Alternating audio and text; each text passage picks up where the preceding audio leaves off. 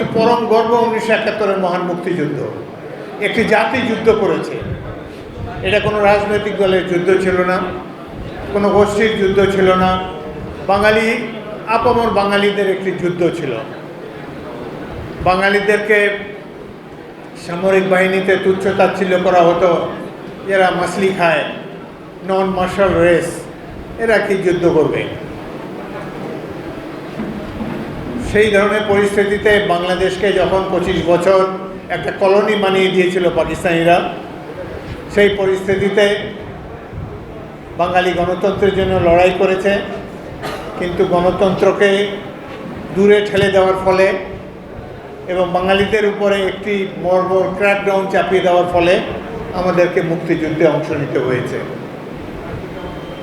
9 মাসের যুদ্ধ বিরাট এক গৌরব গাথা, কিন্তু এখন এত বছর পর মনে হয় যে বাঙালিরা বোধহয় সাহসীদেরকে স্থান দিতে পারে না। যারা জীবন বিপন্ন করে যুদ্ধ করে রণাঙ্গনে কিংবা কোনো রাজনৈতিক সংগ্রামে, রাজপথে, যেখানেই হোক, বিজয় অর্জনের পর বিজয়টিকে দখল করে নেয় একদল মতলববাজ লোক, যারা এই সংগ্রামের আশেপাশে কখনোই ছিল না। জাতি তাদেরকেই চিনে, যারা জীবন উৎসর্গ করেছে, জীবন বিপন্ন করেছে, তাদের খোঁজ খবর নেওয়ার কোনো সময় নেই। সাম্প্রতিককালের একটা উদাহরণ দিই। 2-3 দিন আগেই আমি টেলিভিশনে দেখলাম রংপুরের বিখ্যাত শহীদ আবু সাইদ, যাকে নিয়ে জাতি যুগ যুগ ধরে গর্ব করবে, বুক চিতিয়ে ফ্যাসিবাদের বন্দুকের সামনে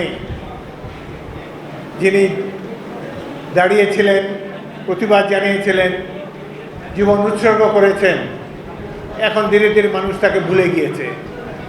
আবু সাইদের পিতা বলেছেন, আমার এখানে প্রথম অনেকে আসতো, টেলিফোন করে খোঁজ খবর নিত, এখন আর ফোন করেও কাউকে, আমাদের ফোনও কেউ ধরে না, কেউ খোঁজ খবরও নেয় না।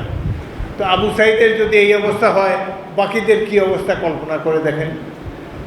কয়েকদিন আগেই দেখলাম 4 জন আহত ছাত্র, জুলাই অভ্যুত্থানে যারা আহত হয়েছে বন্দুকের গুলিতে, তারা আত্মহত্যার প্রচেষ্টা নিয়েছে।